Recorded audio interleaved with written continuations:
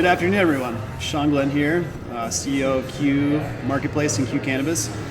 Recently, a few of my colleagues and some of our partners have asked us what we see as some of the more important trends in the cannabis industry, especially as it relates to businesses operating in this space for 2020. A few things come to mind.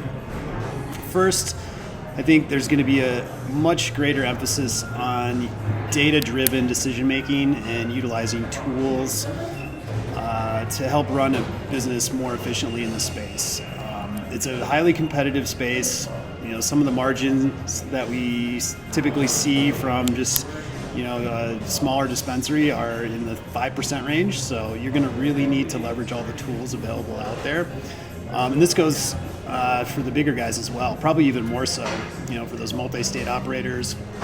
They're going to need to have a really good handle on all of their business operations across the different states, be able to have reports that roll up into a corporate format so the executives and the leaders of those businesses can make informed decisions and based on data, not just flying by the seat of their pants.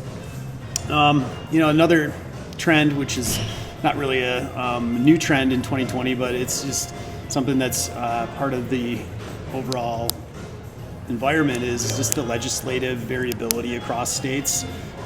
We don't see any federal legislation changing a whole lot in 2020. The Safe Banking Act might come into play if that gets through the Senate, but we don't really see a whole lot happening from a regulation perspective at the federal level.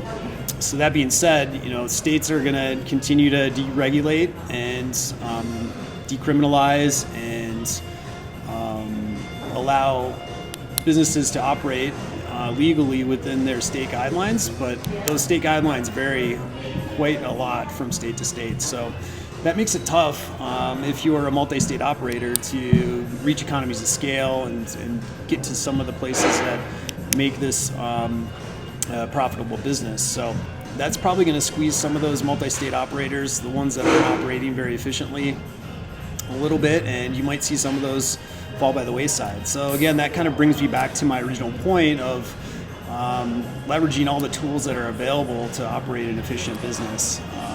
Business intelligence, analytics, automation. A lot of those things I believe are going to be very important in 2020 and beyond.